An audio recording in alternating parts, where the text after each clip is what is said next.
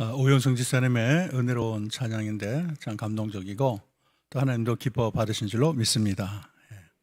우리 사람 인사할까요? 예, 잘 오셨습니다. 반갑습니다. 인사합시다. 저번에 우리 예루살렘 총에 대해서 어느 정도 했지만은 오늘 전반적으로 다시 복습도 하고 또 전체를 한번 다뤄보는 시간을 갖겠습니다. 예루살렘 총회는 기독교 최초의 공의회고 선교에서 가장 중요한 이슈를 놓고 토론을 벌이고 있습니다.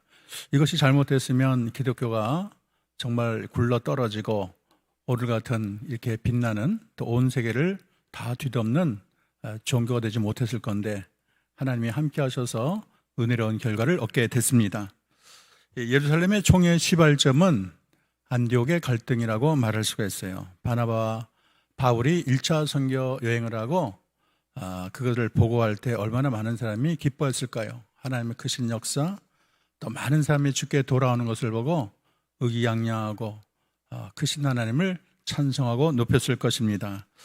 그런데 문제가 발생한 것은 유대에서 올라온 사람들이 그 아주 뜨거운 열기에 찬물을 끼얹는 거예요. 왜냐하면 이 히브리파 유대인들은 예수를 믿는 것도 좋지만 믿음 갖고는 안 된다. 율법을 지켜야 구원을 받고 특별히 할례를 받아야 구원을 얻는다는 생각이 아주 자기 마음속에 깊이 박혀 있었습니다. 그래서 오늘 1절에 보면은 너희가 모세의 법대로 할례를 받지 아니하면 능히 구원을 받지 못하리라, 그렇게 말을 했어요. 참 이 모든 교파들이 많지만 다 구원론이 다르고 성경을 이해하는 게 다릅니다.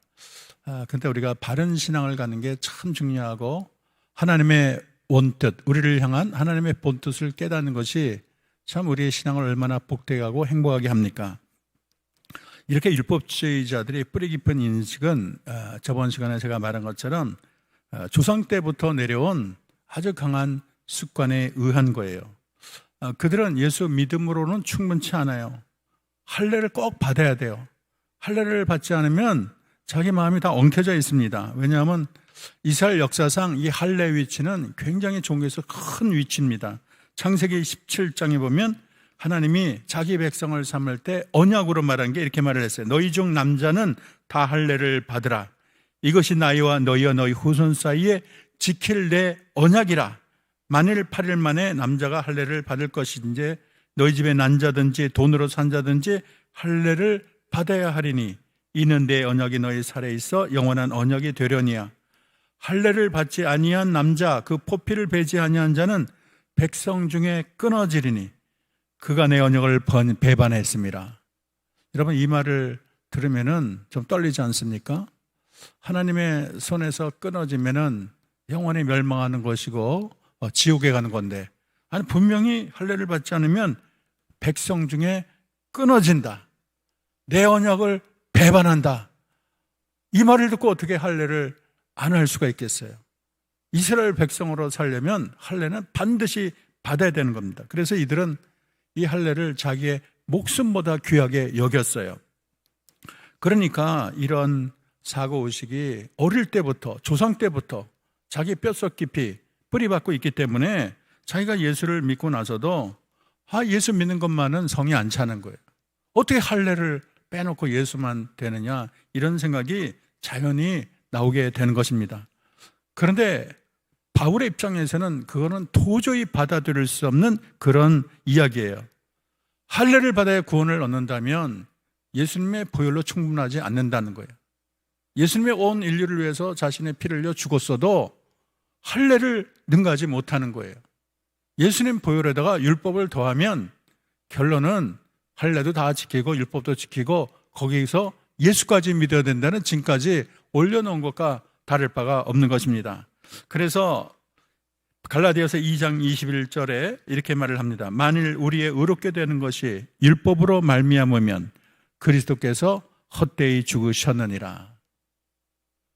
이 율법을 구원의 하나의 기초로 놓게 되면 예수님의 그 보혈의 그 은총의 능력이 땅에 떨어지는 거예요. 예수님이 십자가에 그렇게 죽을 필요가 없어요. 예수님이 죽어봤자 율법 어기면 멸망하는 거니까 예수님의 보혈의 능력이 그렇게 뭐 대단합니까? 하나의 장식에 지나지 않아요.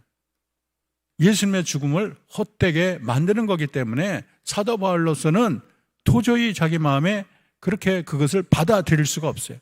그래서 하늘에 온 천사라도, 누구나 하늘에 온 천사라도 우리가 너에게 전한 복음 외에 다른 복음을 전하면 저주를 받을지니라. 우리가 전에 말하였거니와 내가 지금 다시 말하노니 만일 누구든지 너희가 받은 것 외에 다른 복음을 전하면 저주를 받을지어다. 얼마나 피토하는 심정으로, 얼마나 강력하게 진리를 선언합니까?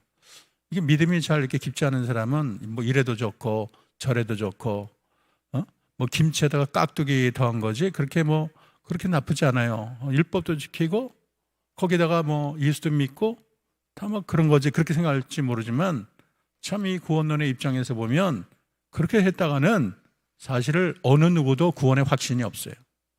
그 누구도 구원을 받을 자가 말할 자가 없어요. 왜냐하면 이 세상에 율법을 다 지킬 사람이 한 명도 없기 때문에. 예수는 믿지만 율법에서 다 넘어지는 거예요.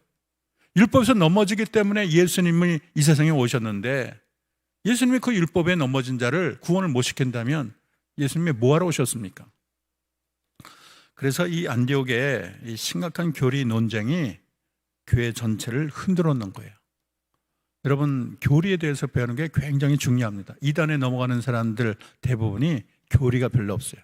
이렇게 말하면 이래도 좋다 저래도 좋다, 그러니까 뿌리가 없는 거예요. 그래서 자기들 간에 이 두 파가 나눠져서 논쟁이 심하니까 이분들이 그래도 크게 싸우지 않고 분열하지 않고, 우리가 대표를 우리가 뽑아가지고 예루살렘 교회의 이 중요한 사건을 의뢰하자. 자신의 중요한 결정을 예루살렘 교회에게 위촉하는 아주 지혜로운 그런 면모를 보였습니다. 그래서 바울의 일행이 예루살렘에 도착을 했을 때 그 예루살렘의 사도들이 굉장히 환영했다고 제가 말을 했습니다. 바울 일행은 하나님이 자기에게 어떻게 행하셨나, 자기가 세상에 여행을 하고 복음을 전할 때 하나님이 도우셨다, 악한 마귀를 쫓아내고 병든 자를 고치고 정말로 멸망하는 사탄의 자녀들을 하나님께서 다 회개시키시고 구원으로 이끄셨다, 그를 고백할 때 얼마나 많은 사람들이 흥분을 했겠습니까? 그러자 그 일을 이어서 바리새파 유대인이 보고를 하는 거예요. 그렇지 않습니다. 우리가 조상부터 지켜온 율법이 있는데 그것을 무시하고 어떻게 믿음으로만 구원을 얻겠습니까? 우리가 목숨처럼 여겨온 할례를 버릴 수 있습니까? 율법을 버릴 수 있나요? 제 생각은 다릅니다. 물론 우리가 예수 믿는 것도 좋지만 율법은 지키고 율법 중에서도 할례는 꼭 지켜야 구원을 받는다는 것이 저희들의 의견입니다. 그렇게 상반된 의견을 제시했어요. 그랬더니 이 사도들이 굉장히 열띤 토론이 벌어졌습니다. 열띤 토론이 벌어졌다는 것은 참 이것이 쉬운 이슈가 아니고 굉장히 중대한 이슈라는 거예요. 사실 이스라엘 백성이 예수 믿을 때는 이게 문제가 안 됐어요. 왜냐하면 다 할례 받았지, 뭐 눈을 씻고 봐도 할례 안 받은 사람을 찾을 수가 없어요. 그러나 이렇게 안디옥 교회처럼 이제 이방인에게 복음을 적극적으로 전하다 보니까 할례 받는 사람이 거의 없어. 다 이방인들이야. 그러니까 이분들을 어떻게 우리가 받아들여야 될지, 우리와 같은 그런 동급의 그런 크리스찬으로 여겨야 될지, 그들에게도 구원이 있는 건지, 그들에게 구약의 율법은 어떻게 되는 건지, 그것을 좀 분명히 하고 싶은 거예요. 이때 베드로가 일어납니다. 베드로는 영적인 지도자고 또 예수님의 수제자이기 때문에 언권이 있고 모든 사람이 추앙하는 그런 자입니다. 이 베드로를 하나님께서 이 자리에 쓰기 위해서 먼저 고넬료를 만나게 하셨고, 그 전에 요바에서 기도할 때 환상을 보이지 않았습니까? 하늘에서 큰 그릇이 내려왔는데 네 개를 묶었는데 거기에 봤더니 이 세상에 어떤 짐승들, 먹을 수는 없는 그런 짐승들이 있는데 하나님이 먹으라 그래서, 나는 먹을 수 없습니다, 다시 내려서 먹으라 재차반번을 하더니 결국에는 자기가 의식을 깨게 됐어요. 그러면서 이 베드로는 하나님의 그 말씀에 귀를 기울입니다. 분명히 뭐라 그러냐면은 내가 하나님이 깨끗게 하신 것을 내가 속되다 하지 말라, 이 말이 마음속에 새겨진 거예요. 그런데 그때 고넬료 집안이 찾아와서 그 집안을 방문했는데 성령께서 따라가라 지시를 일일이 하십니다. 따라갔더니 은혜를 받고자 다 가족들이 모여 있어요. 그래서 그들에게 복음을 전했더니 놀란 것은 그들이 성령을 받고 방언을 행하는 거예요. 아니, 그들을 예수를 믿은 것도 아니고 거기다가 할례를 받은 것도 아니고 성경이 말하는 그런 율법의 어느 정도의 이런 것도 아닌데 단순히 복음을 전할 뿐인데 그들에게 성령이 임한 것을 보고 깜짝 놀란 거예요. 어떻게 하나님께서 이스라엘 백성도 아닌데 이방인에게 이렇게 복음을 전했다고 그것을 받아들인다고 그렇게 성령을 주시냐 감동한 거예요. 거기서 이 베드로는 자기가 본 환상을 다시 생각하는 거예요. 왜 내가 깨끗게 한 것을 네가 더럽다 하느냐, 이 말이 마음에 깨달아지고 하나님께서는 구원을 이스라엘만이 아니라 이방인에게도 구원의 문을 여셨구나, 이걸 확신하게 된 것입니다. 참 하나님의 하신 일이 얼마나 크고 놀랐습니까? 그래서 사도행전 10장 47절과 48절에 보면 이에 베드로가 이르되 이 사람들이 우리와 같이 성령을 받았으니 누가 능히 물로 세례 베품을 금하리요 명하여 예수 그리스도 이름으로 세례를 베풀라, 그렇게 말을 했습니다. 베드로가 깨달은 것은 하나님의 구원에는 차별이 없다는 거예요. 이스라엘이 착각한 거예요. 이스라엘이 잘못 성경을 이해하고 잘못 하나님을 이해한 거예요. 사실은 성경은 창세 때부터 지금까지 이방인에 대한 구원을 하나님이 계속 말했는데 이들은 성경을 자기의 유리하게 해석하고 자기만이 구원을 받고 이방인은 하나님께서 구원의 물꼬를 완전히 닫아놓은 걸로 착각을 하고 있었던 것입니다. 그래서 얼마나 그러한 사실을 이 베드로가 타개를 하며 구원에는 차별이 없다, 하나님께서 믿기만 하면 이방인에도 구원을 주신다, 구원은 율법을 통해서 오는 것이 아니고 주 예수를 믿는 믿음 하나로 된다, 그것을 가장 중요한 예루살렘 석상에서 증거하게 된 것입니다. 더 나아가 8절에 보면 마음을 아시는 하나님이라고 말을 했고 9절에 보면 마음을 깨끗이 하사, 그래서 육체의 할례만을 주장하는 그들에게 이 육신의 할례가 중요한 것이 아니고 마음의 할례가 중요하고 정말로 하나님은 마음을 깨끗게 하시는 여호와라는 것을 온 세상에 다 알도록 증거하게 된 것입니다. 그래서 베드로는 문제의 핵심을 언급하며 주 예수로 받는 은혜의 구원을 증거하며 왜 우리 조상과 우리 조상들도 능히 매지 못한 멍에를 이방인에게 부과하지 말라, 그들을 왜 무언 것을 부과해서 하나님을 시험하느냐. 그래서 이 베드로는 정말 루터처럼 오직 믿음이다, 오직 은혜다, 다른 것은 없다. 물론 율법 지키는 거 반대하는 거 아니다. 그러나 율법을 지킨다고 그래서 율법을 지키기 때문에 구원받는 것은 아니다. 구원의 조건은 단순하다. 오직 믿음, 그 오직 은혜. 마르틴 루터보다 벌써 수천 년 전에 그렇게 베드로는 아주 분명한 자리에, 중요한 자리에 선포를 하고 있는 것입니다.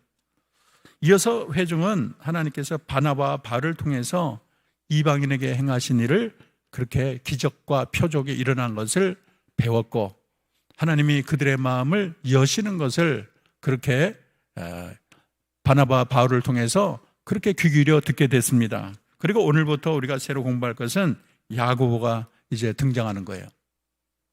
이제 회의가 거의 중반전이 넘었어요. 베드로가 변론을 하고 바나바 바울이 자기가 보고 들은 것을 증거하자 이제 많은 사람들이 유대인을 반박하는 분위로 가게 됐습니다.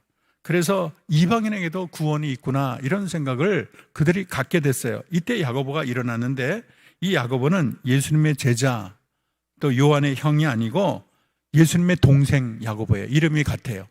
예수님의 동생 야고보가 처음에는 믿음이 없었지만 이분이 예수님이 들어간 이후로 큰 믿음을 갖게 돼서 이 공의의 회장 역할을 맡게 됩니다. 그리고 예루살렘의 기둥같이 여기는 야고보라고 그렇게 성경은 기록하고 있습니다. 야고보는 일단 베드로의 말을 아주 간략하게 정리를 합니다. 이렇게 말을 합니다.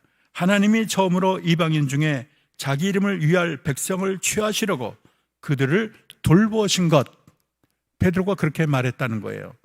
그러니까 하나님이 처음에 이방인 중에 자기 이름을 위하여 백성 중에 자기 백성으로 삼을 자를 취했다는 거예요. 근데 여기 백성이라는 말이 라오스라는 말인데, 이 말은 원래 이스라엘을 가리키는 용어입니다. 근데 이방인에게 예수를 믿기만 하면 하나님의 백성이 된다는 진리를 증거하고 있는 것입니다. 특별히 야고보는 구약에서 아모스 9장 11절과 12절을 인용합니다. 우리 다 같이 큰 목소리로 읽겠습니다. 시작. 선지자들의 말씀이 이와 일치하도다. 기록된 바 이후에 내가 돌아와서 다윗의 무너진 장막을 다시 지으며 또 그 허물어진 것을 다시 지어 일으키리니 이는 그 남은 사람들과 내 이름으로 일컬음을 받는 모든 이방인들로 주를 찾게 하려 함이라 하셨으니 그랬어요. 이 아모스의 이 예언은 굉장히 중요해요. 왜냐하면 이스라엘 백성에게 하나님이 계시한 것은 이 다윗의 이 위가, 다윗의 이 왕조가 끝까지 간다 그랬거든요. 이 다윗의 하나님의 구원의 역사, 다윗에 준 하나님의 은총이 끝나지 않고 영원히 간다고 그렇게 구약에 여러 번 말씀을 하셨어요. 하나님이 다윗에게 베푼 은총이 끝나지 않아요. 계속 그 은총이 이어갑니다. 근데 역사는 어떤가요? 역사는 이스라엘이 망하고 말았어요. 로마의 이제는 식민지가 되고 말았습니다. 무슨 다윗의 무슨 흔적을 찾을 수가 없어요. 그러면 이 예언은 끝난 것인가? 다윗의 그 하나님께서 주신 은총이 계속 한다 그랬는데 다윗은 죽고 왕일도 다 사라지고 나라는 이제 식민지가 되고 그리고 많은 백성이 뿔뿔이 흩어져 디아스포라가 되고 말았습니다. 그런데 오늘 이 예언이 중요한 거예요. 왜냐하면 다윗의 무너진 장막을 하나님이 그대로 내버려 두지 않고 이 장막을 다시 짓는다는 거예요. 그것은 누구를 가리킵니까? 바로 예수 그리스도께서 오셔서 다윗의 무너진 장막을 다시 세우는, 그래서 하나님께서 주신 은총이 영원히 지속되게 하는 거예요. 그리고 그 목적이 뭐냐? 왜 예수님이 오셔서 다윗의 그 무너진 것을 다시 세우는 이유가 무엇일까? 이렇게 말을 하고 있어요. 남은 사람들과 내 이름으로 일컬음을 받는 모든 이방인들을 주를 찾게 하려 함이라 그랬어요.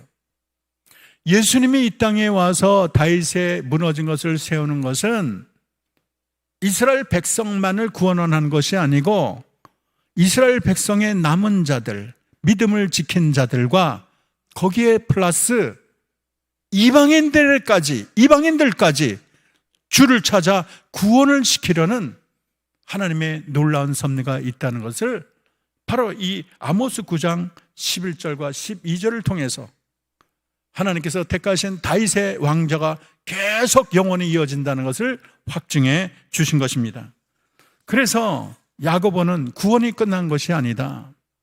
하나님께서 그리스도를 보내서 다윗의 무너진 그런 터를 다시 세워가지고 그 구원을 이방인에까지 확장한다는 것을 신약에서 말한 것이 아니고 바로 구약에서 아모스를 통해서 말을 했다고 분명히 선언하게 된 것입니다. 그렇기 때문에 이 야고보는 이방인에게 너무 무거운 짐을 지우지 말라. 그들에게 너무 무거운 짐을 지어서 그게 올무가 되어서 예수님께 나오는 것을 힘들게 하지 말라. 그래서 공의에 이제는 결론이 났어요. 첫째, 구원은 할례나 율법을 통해서 구원받는 것이 아니고 오직 그리스도 예수를 믿음으로, 그 믿음 하나로 구원을 받는다는 것을 분명히 했습니다. 행위 구원이 아니라 하나님의 믿음을 통한 은총의 구원을 분명히 한 것이 예루살렘 공회의 결정이라고 말을 할 수가 있어요. 그런데 거기에 이제 4가지 금지사항이 덧붙입니다. 첫째는 우상에게 바친 제물은 먹지 말라. 그 다음에 피를 마시지 말라. 목매어 죽인 것을 먹지 말라. 이 목매어 죽인 것은 그 안에 피가 있기 때문에 목매어 죽인 것을 먹게 되면 피를 먹는 것과 마찬가지니까 결국 2번째, 3번째는 마찬가지라고 말을 했어요. 할 수 있습니다. 그 다음에는 음행을 저지르지 말라. 이것은 엄밀히 말하면 구원의 조건은 아니에요. 예수를 믿지만 이 네 가지를 행해야 구원을 받는다. 구원의 조건이 아니고 구원 얻은 성도들이 최소한 지켜야 될 경건 생활로 이해할 수가 있습니다. 또 하나 이 네 가지에 대해서 우리가 깊이 생각할 것은 이 네 가지가 다 이교도 신앙과 관계가 있는 거예요. 이교도를 섬길 때 그들은 난잡하게 거기서 우상에게 섬긴 재물을 먹고 간음을 저지르고 춤추고 노래하고 그랬어요. 그래서 거기에 관계된 기본적인 네 가지는 너희가 끊어라. 그리고 나서 너희가 그리스도의 참된 생활을 하라는 의미가 담겨져 있습니다. 이제 안디옥 교회의 결정사항을 예루살렘 교회에 증거하기 위해서 유다와 실라를 파송해서 공문의 내용을 설명하게 합니다. 그래서 안디옥 교회가 이 두 사람을 맞이해서 얼마나 기뻤겠어요. 그리고 예루살렘의 결정에 대해서 얼마나 좋은 마음을 가졌겠습니까? 그리고 이 유다와 실라는 거기에서 또 그 성도들을 많이 돌보고 믿음을 굳게 하고 또 그들이 떠날 때 많은 환영을 받았습니다. 그래서 예루살렘 교회와 안디옥 교회가 이게 친목을 할 수 있는, 사랑을 나눌 수 있는 좋은 기회를 가졌어요. 저는 예루살렘 공회의 의의에 대해서 몇 가지를 생각해 보겠습니다. 첫째는 따라합시다. 은혜의 구원. 예루살렘 공회를 통해서 우리 하나님께서 하신 것은 기독교는 율법을 통해서 구원을 받는 것이 아니고 은혜를 통해서 구원을 주는 것인데, 그것은 이 세상 만민을 품는 하나님의 큰 사랑임을 증거하게 된 것입니다. 만일 예수 그리스도 믿음 갖고는 부족하고 할례도 받아야 되고 율법도 행해야 된다, 그렇게 결론이 났다면 이방인들이 예수님을 믿지 않을 거예요. 왜냐하면 예수를 믿어봤자 할례 받는 것도 익숙하지 않고 율법 속에 들어갔더니 왜 이렇게 복잡하고 힘든가, 아마 믿음을 다 포기하고 말았을 것입니다. 그리고 그 복음이 오늘날까지 증거되지 않았을 거예요. 또 오늘날 복음이 전해졌다고 해도 여러분 생각해 보세요. 예수를 믿어야 구원을 받지만 율법을 행해야 구원을 받고 할례를 받아야 된다. 그러면 여러분 다 할례를 받아야 됐고 또 율법도 다 행해야 돼요. 근데 믿는 거는 내가 좀 자신이 있는데 행함에 자신이 없어요. 이미 나는 죄를 저질렀어요. 도적질 한 적도 있어요. 그리고 거짓말 한 적도 있어요. 남을 미워한 적도 있어요. 주먹으로 때린 적도 있어요. 그렇다면 이미 구원은 다 물 건너 간 거예요. 그러니까 어떻게 예수 이름으로 구원을 받는다고 기뻐할 수 있겠습니까? 예수님의 구원이 그렇게 위력이 없어요. 그러니까 예수를 믿어도 저 천국은 저 멀리 보이는 거예요. 오늘같이 은혜의 종교, 감격의 종교가 이루지 못하고 율법까지 지켜야 되는 더 무거운 짐을 지는 종교로 전락하고 말았을 것입니다. 그래서 이 사도행전 1장 8절에 땅끝까지 복음을 전하라고 했는데, 정말 이 은혜로운 결정을 통해서 하나님의 크신 사랑이 드러나고 이 복음이 거침없이 세상에 증거하게 된 계기를 마련하게 된 것입니다. 두 번째는 따라합시다. 성령을 회의의 파트너로 초대했다. 이거는 여러분 성경 많이 읽어도 이거 놓치고 읽은 사람이 굉장히 많을 거예요. 오늘 무슨 새로운 얘기다, 무슨 얘기인가 할 거예요. 여러분 26절과 27절을 한번 다 같이 읽어보겠습니다. 시작.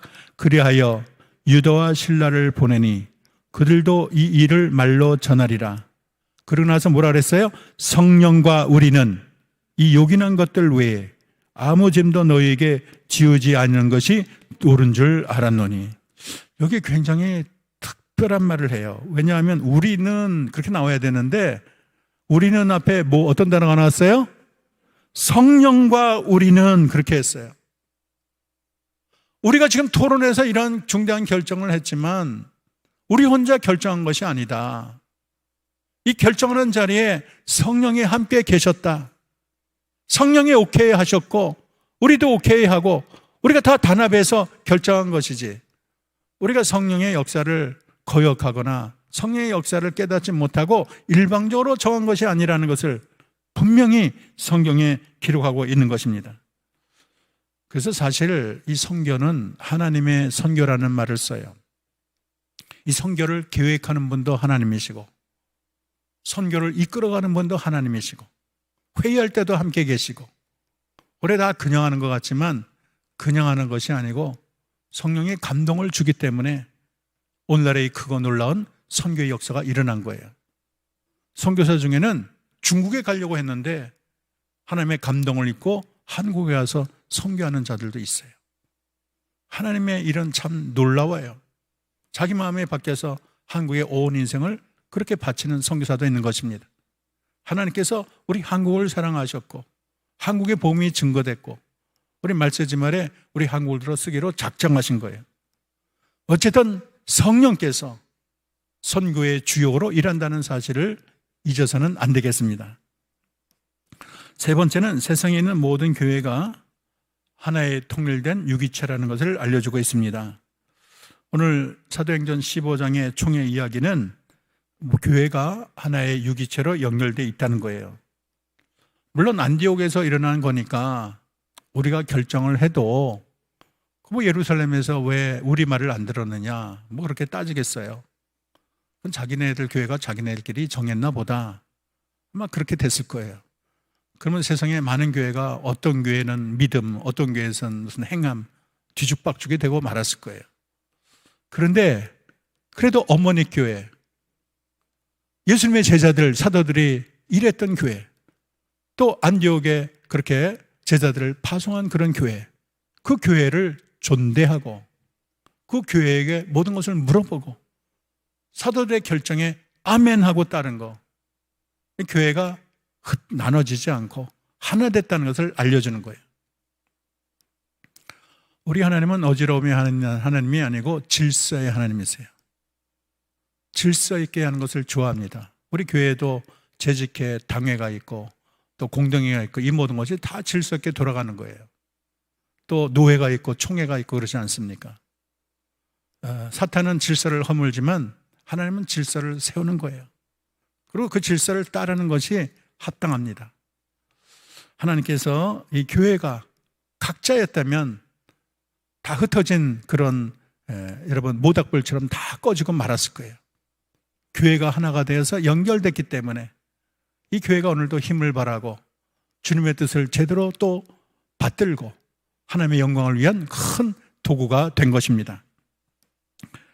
그리고 네 번째는 복음 전도의 전환점이라고 말을 할 수가 있어요. 사도행전의 전체를 보면 이 예루살렘 회의가 중간에 위치해 있어요. 그리고 예루살렘 회의를 통해서 선교회장이 확 열리게 됩니다. 안디옥에서 돌아온 지 얼마 안 있어 2차 선교 여행을 떠나고 또 3차 선교 여행을 떠나게 됩니다. 그래서 이 예루살렘의 이 결정이 정말로 세상 땅끝까지 복음을 증거한 큰 엔진을 달아준 것과 다를 바가 없어요.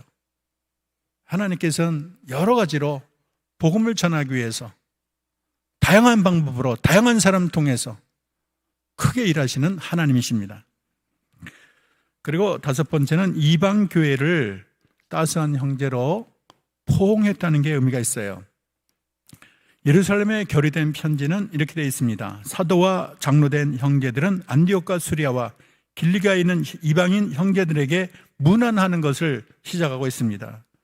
그래서 여기 보면 이방인 다음에 나온 말이 뭐라고 나왔어요? 이방인 형제들 그랬어요. 그래서 이방인을 형제 자리까지 그렇게 존대를 했습니다. 내가 우월하다. 우리가 원조야. 우리가 뿌리야. 너희들은 듣기만 해. 그런 자세가 아니고 자기를 통해서 전도된 그 파생된 교회를 형제 교회로 여기는 거예요. 그리고 그들을 존대하고 그들에게 그냥 공문만 보내면 되는데도 그렇게 또 두 사람을 같이 보냄으로써 그들과의 원만한 교제를 한 예루살렘 교회가 얼마나 훌륭한 교회입니까? 마지막으로는 하나님께서 이방인의 눈높이에 적응하시는 하나님이란 걸 발견할 수가 있어요. 여러분, 이 예루살렘 총회에서 가장 중요한 마음이 뭐냐면 이방인에게 너무 무거운 짐을 씌우지 말라.